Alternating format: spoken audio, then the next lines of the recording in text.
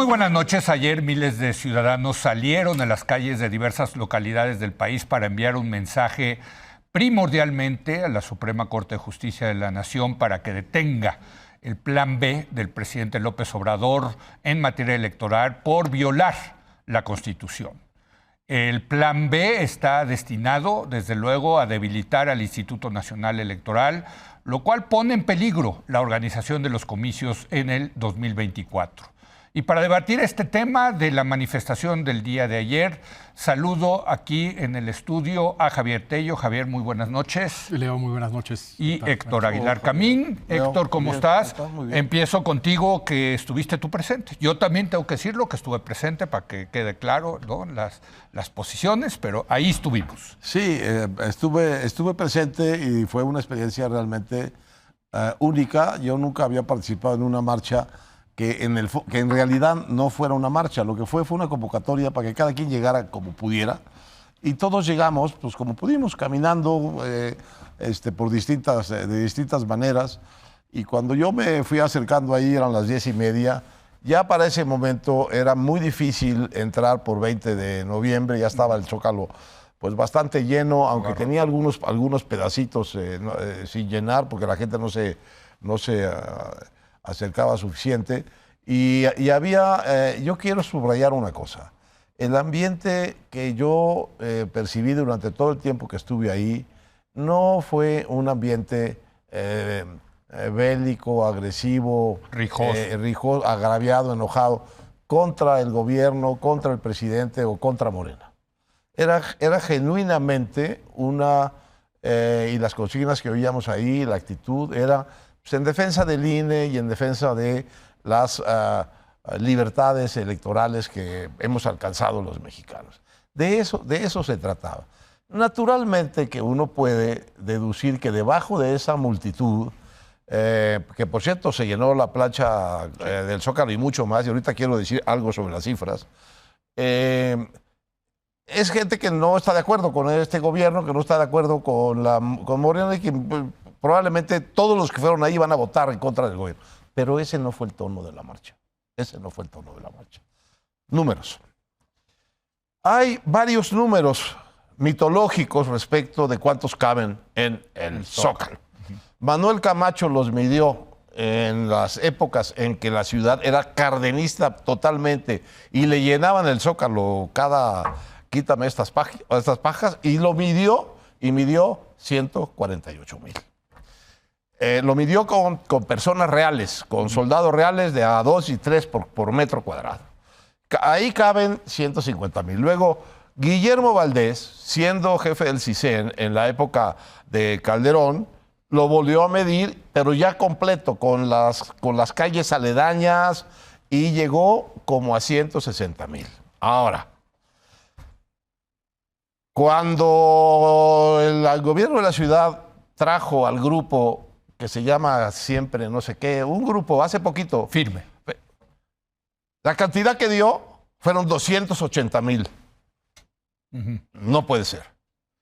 Cuando López Obrador convocó a su marcha, su contramarcha, digamos, del 13 de noviembre, sí, dieron 1,000,000. No puede ser. No, eso sí. Y la que dio el presidente esta mañana fueron 85,000. Tampoco puede ser, porque estaba lleno todo, y lo menos que eran o los 148 de Camacho o los 160 de Valdés. Eso es lo que cabe ahí. Así que eso incluye, para los que estuvimos presentes, las calles aledañas que sí estaban llenas. Bueno, ¿no? con las calles 20 de noviembre, Madero, etcétera. Valdés calcula eso y pone las... Sí. Está en su cuenta de Twitter y pone las flechas de lo que está midiendo. Y midiendo entonces ya Madero, y midiendo 16 de septiembre, y midiendo 20 de noviembre, y midiendo las calles que... Entonces, eso a él le da en total como unos 380,000. Ah, caray. Ahora, yo no sé por qué pensamos, Javier, Leo, que 140,000 gentes son pocas. No. ¿Por qué tenemos que ponerle el 1,000,000? La verdad, 140,000 gentes para cualquier causa son muchísimas gentes. Entonces, Y eso hace Valdés y da, creo que da como 380 o 400,000, ya con todo. La plancha, las calles aledañas y las calles de acceso. Y otra cosa muy importante que pasó ayer es que hubo marchas en 100 ciudades, dicen. Sí. Yo no sé si son 100 en las que hubo marchas. Sí. Y lo que añade de esas marchas, la cuenta de Guillermo Valdés, que es la que me parece hasta ahora la más documentada, es como de 1,5 millones de personas. Me parece increíble que la prensa mexicana no haya reportado el día de hoy cuántos manifestantes hubo en estas 100, o 80, o 60, o 50 ciudades grandes e importantes de México. ¿Por qué? Porque la diferencia es esta. Si hubo grandes manifestaciones en esas ciudades, lo que vimos ayer fue una movilización y una manifestación nacional. Sí, sí. Que no habíamos tenido, porque hablamos siempre del Zócalo. El 13 de noviembre hubo algo similar, ¿no? No, pero nadie ha puesto bien las medidas. Ahora, ¿importan mucho los números? Sí importan, pero no importan tanto como lo que están revelando atrás, sobre todo en esta marcha, de que hay ahí una ciudadanía que quiere defender su instituto electoral y sus libertades democráticas y que no son ni uno ni dos, son un montón, como ellos dicen, con otra palabra, Sí. y es posible que sean, y desde luego es posible que sean muchos más. ¿Por qué podemos decir que son muchos más? Tenemos una cifra. Tenemos la cifra de las elecciones del año 21, en donde toda la oposición junta fueron 3 millones más que todo el oficialismo junto. Entonces, es una marcha para pensar, para entender y para decir esto fundamental. Se manifestó físicamente una sociedad políticamente organizada y políticamente con convicciones que tienen que ver básicamente con el México democrático que tantos queremos.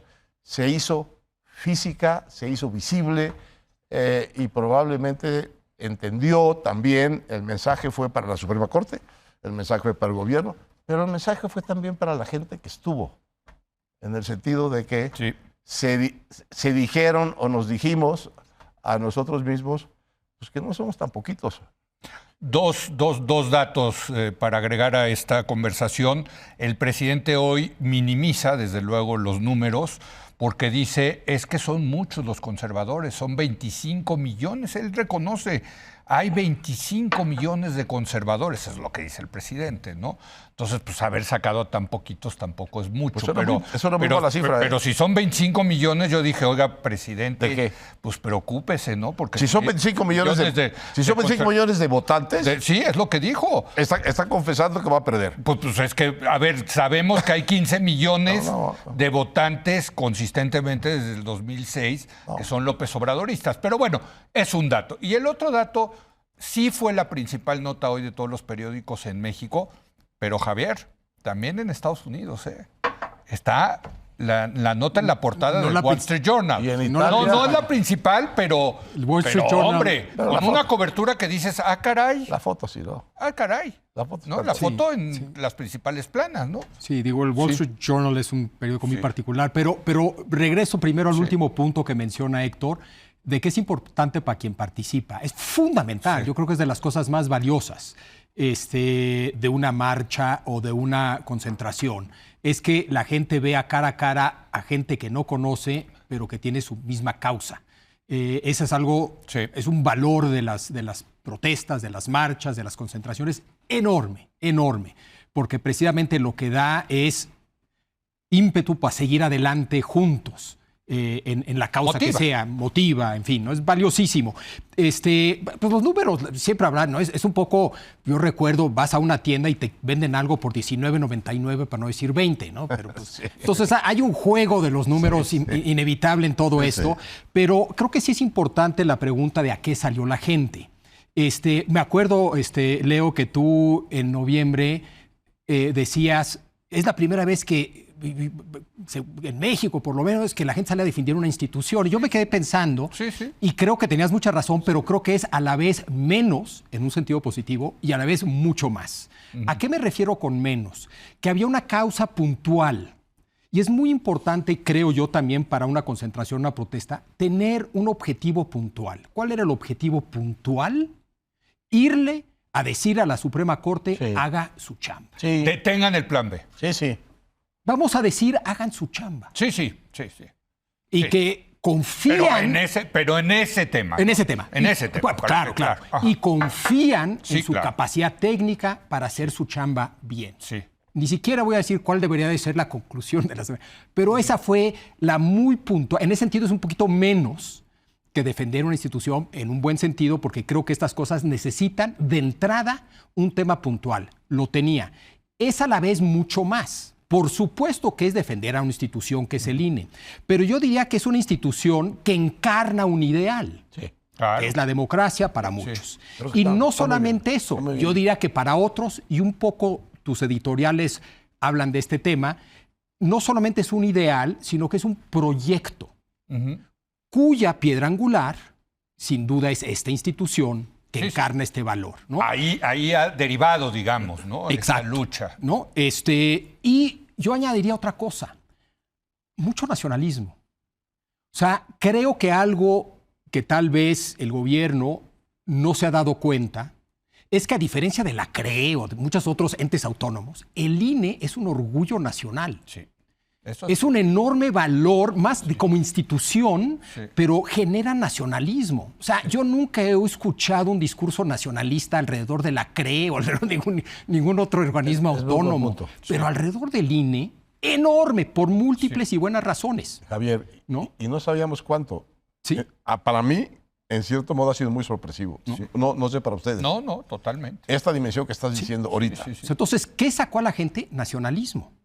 Y lo enfatizo porque creo que es un tema que también pensaba gobierno-Morena, que tenían control de la calle y que tenían control, piensan que tienen control del discurso de oposición, del discurso de la calle, del discurso nacionalista, en fin, ¿no?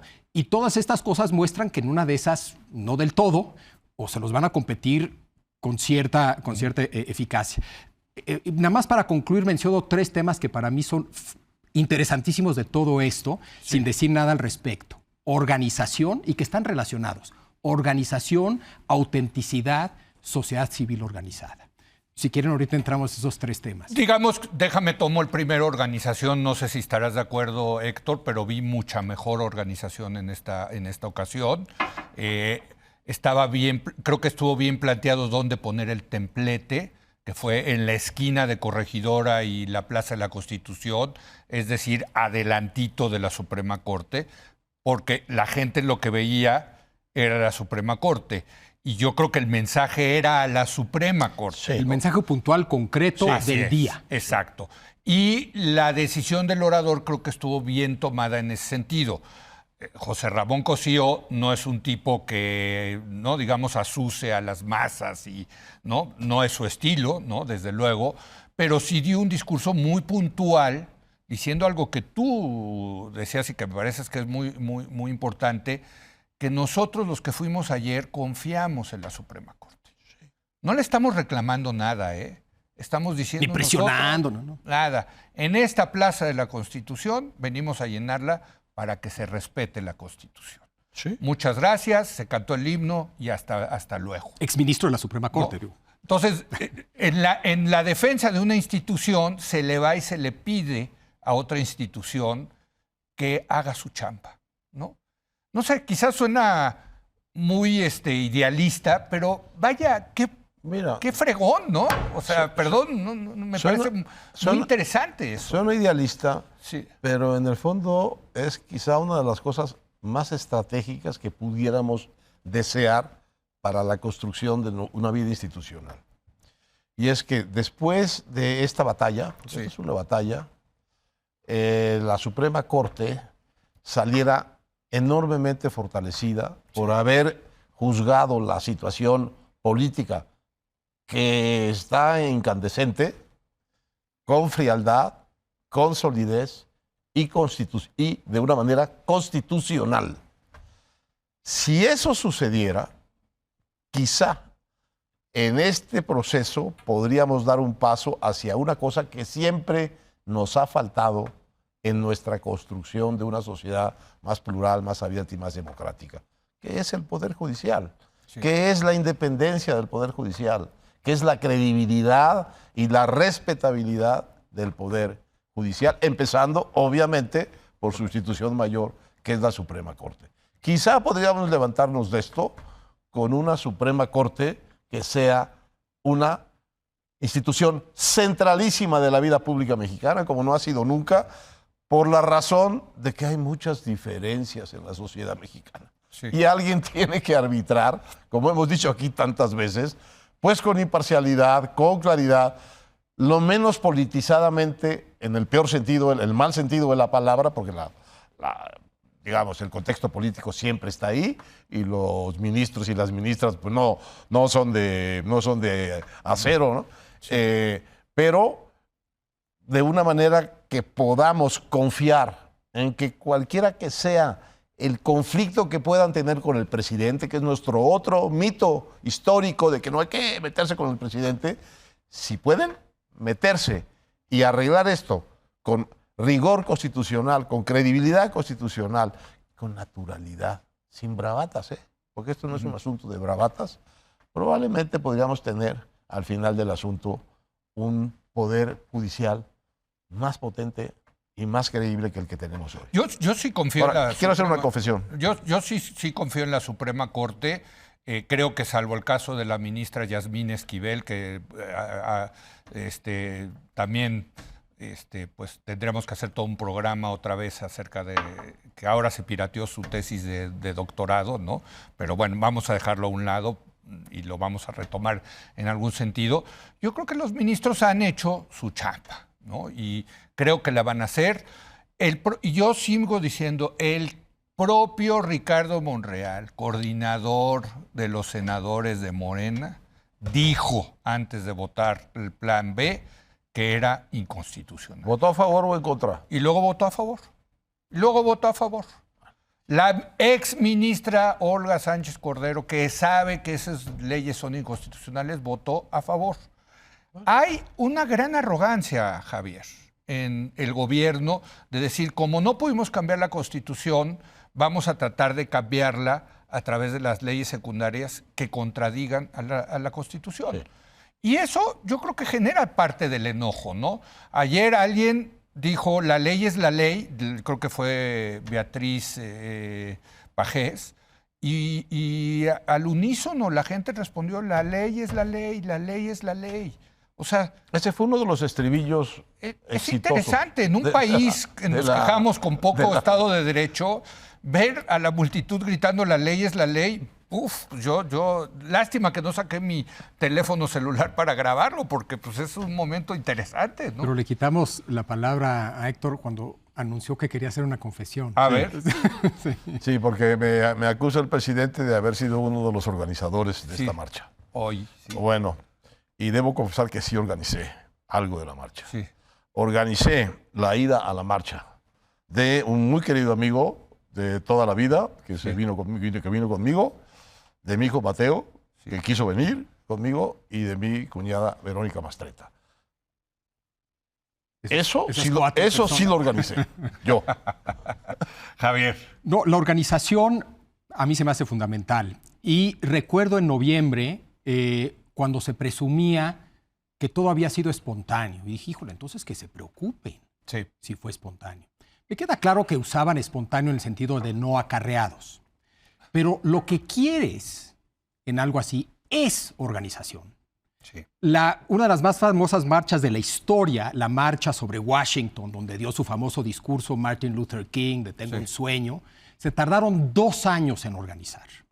La organización es fundamental y no tiene nada de malo poner camiones a disposición, nada de malo. Se necesita organización ¿para qué? Para canalizar y luego dirigir el descontento. Claro. Se necesita organización para permitir futuras marchas. Se necesita organización porque en la organización hay un grupo pequeño de mayor militancia, mayor pasión. Quien vaya a cualquier protesta, a cualquier concentración, ya manifiesta una cierta pasión y un cierto compromiso con una causa. Quien además le dedica horas, días, meses, años a organizar, muestra una mayor pasión y dedicación a esa causa. Y esa dedicación, esa pasión es fundamental, sobre todo rumbo a una elección electoral presidencial en 2024. Más les vale que tengan organización.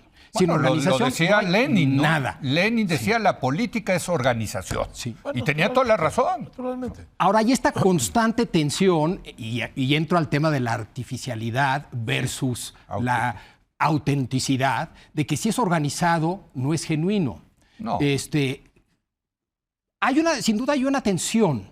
Y sí escuchamos en este evento insistir mucho en esta idea de que es genuino, de que es auténtico, a diferencia de los acarreados, y también en noviembre. Entonces, hay esa tensión que tiene que resolver quien organizó esto, porque rumbo a 2024 otra vez, tienen que darse cuenta que en efecto necesitan crear algo, entre comillas, artificial, pero tan artificial como es un Estado, como es un proyecto político, como es ponerse una corbata. Es decir, lo artificial no es sinónimo de malo, ¿no? Bueno, empezando pero hay esa tendencia. por una narrativa, Javier, ¿no?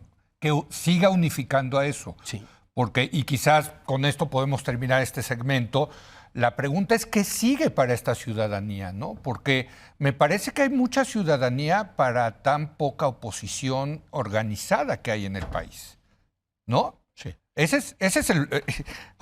tú lo dices, es organización, sí, pero yo creo que los partidos de oposición se quedaron en la cola de lo que está sucediendo, ¿no? No sé qué impresión tengan ustedes, ¿no?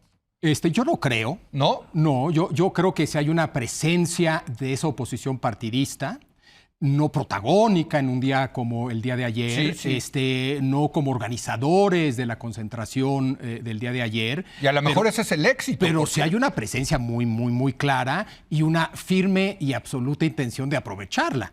Si lo logran hacer, no logran hacerlo. Es que ahí está. ¿Cómo lo pueden lograr? ¿Qué problema enfrentan cuando mucha de la gente presente ayer piensa en los partidos como todos iguales, todos corruptos, Pues sí. no genuinos, no auténticos, cínicos, etcétera, etcétera? Tienen ahí un gigantesco reto, porque yo creo que mucha de la gente que estaba presente ayer tiene esa actitud frente a los partidos políticos tradicionales. Exacto, pero necesita de esos partidos políticos tradicionales pues para manifestar su oposición al gobierno actual. De eso se trata la democracia, por cierto. Yo creo que todo esto tiene que conducir, digamos, a una mucha mayor oportunidad para los partidos de oposición de atraer votantes. No digo militantes ni incondicionales, pero votantes sí.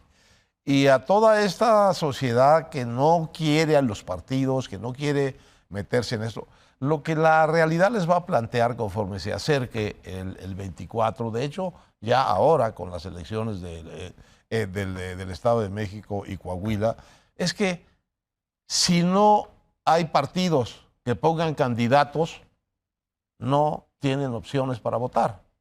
Entonces van a ser conducidas, yo creo, a la situación de que estos son los que hay, por estos tenemos que elegir, y la gran tarea, me parece a mí, de toda esta movilización es persuadirse a sí misma de que tienen que votar. Hay dos cosas que la sociedad puede hacer con una influencia política importante. Manifestarse como ayer, dejarse ver, reconocerse a sí misma en su tamaño. Y la segunda, la más importante de todas, es votar, porque el voto sí dice quién gobierna. La manifestación de ayer dice que hay muchísima gente en una cosa sorpresiva, en cierto sentido, del INE y de lo que está detrás, y de que hay una ciudadanía democrática, profunda, clásicamente democrática, que quiere tener libertad para escoger a quien quiera y que sus votos cuenten y se cuenten. Bueno, ahora viene el problema siguiente de esa ciudadanía, es tienen que votar. Porque si no votan, si esto se conduce, la conclusión de esto es abstencionismo, no sirvió de nada. No sirvió. Lo digo otra vez. Sí. Si todo esto se conduce al abstencionismo, no sirvió de nada. Total, sí, yo estoy de acuerdo. La pregunta es cómo se van a establecer, Javier, esos puentes entre este movimiento, sociedad civil, en fin, que está ahí presente, que son quizá millones de votantes, como dice el presidente, ¿no? Y estos partidos políticos, que la verdad tienen muy mala fama, todos ellos, ¿no? La verdad. Pues les podrán decir candidato por candidato cuál les gusta y cuál no les gusta, eso sí. Pues sí. Bueno, el problema, no sé si nos seguimos ahorita con este No, tema. un pero, último comentario. Sí. No, yo sí creo que es un reto gigantesco, porque creo que uno de los principales retos que tiene la oposición partidista rumbo a 2024 es la abstención. Sí. O un voto de protesta de algún tipo. No me queda claro qué tan fácil sea o cómo resolver ese reto, ¿no? Eso sí, yo creo que ya hay esos puentes, Leo, de los que hablas. Dificilísimo. Yo creo que... Hay puentes al nivel, sí, digamos, élites, que está bien, ahí así se empieza. Pues esos son los puentes que se pueden hacer, ¿no? No puedes Yo juntar creo a que- 100,000 ciudadanos con 100,000 militantes de los partidos a que se pongan a dialogar y a negociar, ¿no? Es decir, lo que necesitas son líderes con credibilidad de ambos lados Exacto, que exacto. representen Exacto. a ciudadanos de un lado, a militantes de partidos del otro, que genuinamente los representen, ¿no? Yo creo que también ese es otro reto para muchos en estas organizaciones de la sociedad civil que organizaron lo de ayer, que representan otra vez el peligro de hablar de la sociedad civil como si fuera un ente único, homogéneo, de la misma manera que para unos nada. hablan No, del pueblo como para un ente nada. único, ¿no? Hay de todo ahí y dentro de esa sociedad civil organizada hay grupos totalmente a favor del gobierno y de su proyecto, ¿no? Entonces, una vez más, que se dé cuenta los organizadores de ayer de esa pluralidad, que se den cuenta de que tienen que operar con esa pluralidad y cómo darle cabida a esa pluralidad en un proyecto Totalmente. de oposición. Ahora, quiero añadir una cosa. Los que organizaron, porque obviamente tiene que haber habido organizadores y activistas. Sí, y dinero. Si no, Claro, simplemente, claro. y dinero. Dinero, Si no, no claro. sucede. No sucede. Bueno, no fue solo en la Ciudad de México, ¿eh? No. Por eso a mí me parece cada vez más importante, a ver si mañana la prensa nos da un reporte de qué pasó en esas 100 ciudades, proporcionalmente hablando, porque es importante entender que tú no puedes esperar que haya en Uruapan una manifestación de 50,000 personas, ¿verdad? Pues es toda la población o la mitad de la población. Pero proporcionalmente. Yo he visto que hubo en Monterrey una de 50,000. Lo dicen en un tuit, quién sabe si es cierto. Si fueron 50,000, tiene la densidad. Tiene la densidad. Te doy un dato, eso sí está comprobado. La del 13 de noviembre en Monterrey fue la manifestación más grande que se ha tenido en la historia de esa ciudad. Bueno, es que si estamos en eso, O sea, en Monterrey. ¿no? entonces la organización es nacional. Sí. Mira, Monterrey es un buen ejemplo y Nuevo León un buen ejemplo de Jalisco, un estado, es Guadalajara. Sí. pero de este ciudades. reto llevan ya 2 gobernadores que representan un voto antipartidos tradicionales, ¿no? Primero optaron por un independiente y luego por Movimiento Ciudadano. Es decir, no quieren ni al PRI ni al PAN. Sí, sí. Entonces, ese es el reto que tienen. Vamos a ver. Totalmente. Eso es lo que vamos a ver. Pues muy interesante. ¿Cómo pasa esto de manifestarse a votar? Y bueno, y en la primera aduana, desde luego, ¿qué pasa en la Suprema Corte? ¿No? ¿Qué va a pasar en cuanto publique el presidente la ley? Vamos a ver cuándo la publican. Al momento de grabar este programa todavía no la publicaban. Vamos a ver cuándo la publican, porque ahí entra el que va a ser, al parecer, también la avalancha más grande de inconformidades legales en contra de una ley, ¿no? Eso también, vía el amparo, vía acciones de constitucionalidad, en fin, va a haber una avalancha jurídica que va a llegar a la Suprema Corte. Pero bueno, mientras tanto regresamos hacemos una pausa y vamos a regresar con Genaro García Luna, porque el lunes pasado todavía no lo declaraban culpable y ahora pues ya lo declararon culpable y vamos a analizar esto aquí en la mesa de los lunes. Regresamos.